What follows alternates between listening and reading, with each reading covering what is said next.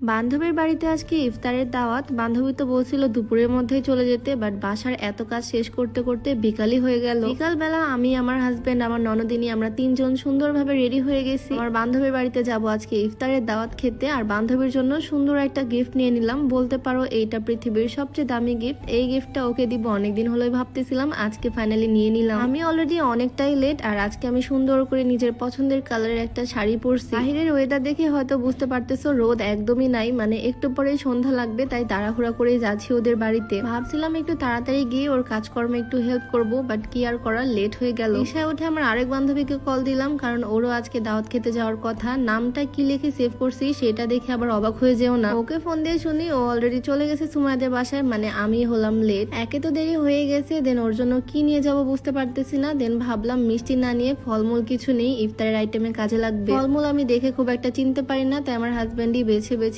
মালটা, কমলা, আঙ্গুর যা যা নেওয়ার নিয়ে নিল। আজকে কিন্তু আমরা খুব সুন্দর করে ম্যাচিং ম্যাচিং আউটফিট পরছি বাসার নিচে। এদিকে তো আমার আরেক বান্ধবী জানালা দিয়ে হাই দিচ্ছে। ওরা অনেকক্ষণ ধরে ওয়েট করতেছে আমাদের জন্য, আর 10-15 মিনিট পরে ইফতার টাইম। ইফতারের এই টাইমটাতে সবার বাসায় একদম রান্না বান্নার তাড়াহুড়া লেগে যায়। এতক্ষণে আমার একটু রিল্যাক্স ফিল হচ্ছে, যে তাড়াহুড়ার মধ্যে ছিলাম বাপরে বাপ। তো এসে ফার্স্টে জবার সাথেই দেখা, আর তারপর দেখা করলাম সুমাইয়ার পোষা বিড়ালের সাথে, ওর নাম পিকু। আর তারপর চলে আসলাম রান্নাঘরে সুমাইয়া কি কি রান্না করতেছে সেইটা দেখতে। আমার বান্ধবী কিন্তু রান্না বান্না বেশ ভালো পারে। ভাজা পোড়া আইটেম গুলো ও সব রেডি করতেছে, আর এদিকে বাকিগুলো নিয়ে আমরা প্লেট সাজাচ্ছি। ও কিন্তু একা হাতেই সবকিছু করছে। আমার বান্ধবী মাশাআল্লাহ সব কাজে অনেক পারদর্শী। লাস্ট মোমেন্টে আমি আর জবা সব প্লেট গুলোতে সুন্দর করে সবগুলো আইটেম দিয়ে সাজিয়ে দিচ্ছি। ছোলাপুর দেখি বান্ধবী অনেকগুলো রান্না করে ফেলছে। এতগুলো কে খাবে সেটাই আমি চিন্তা করতেছি। কম ভিজাইছিল, বাট ফুলে হয়তো এতগুলো হয়ে গেছে। সাথে আমার বান্ধবীর হাতের স্পেশাল বিরিয়ানিটা আমার বান্ধবী অনেক ভালো রান্না করতে পারে। সবকিছু সাজানো গোছানোর পর আমরা চলে আসলাম রুমে, যেখানে ইফতার করব।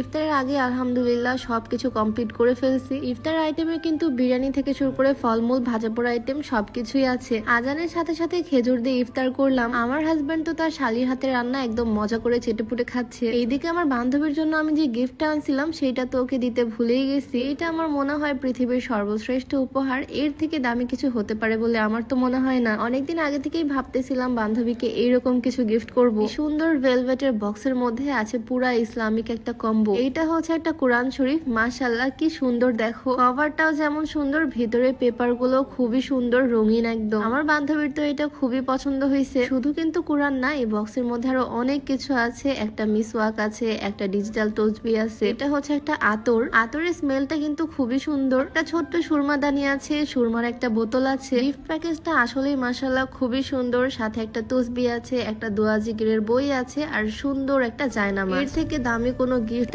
দিল একজোড়া চুড়ি। চুড়ি পরতে আমি খুবই পছন্দ করি, সেটাও খুব ভালো করে জানে। একজোড়া খুবই সুন্দর চুড়ি দিল আমাকে। যাই হোক, আমাদের জন্য সবাই দোয়া করে দিও যাতে আমাদের ফ্রেন্ডশিপটা আজীবন এরকমই থাকে। আজকের ভিডিওটা এখানেই শেষ করছি। সবাই ভালো থাকো, দেখা যাবে নতুন কোনো ভিডিওতে। সবাইকে আল্লাহ হাফেজ।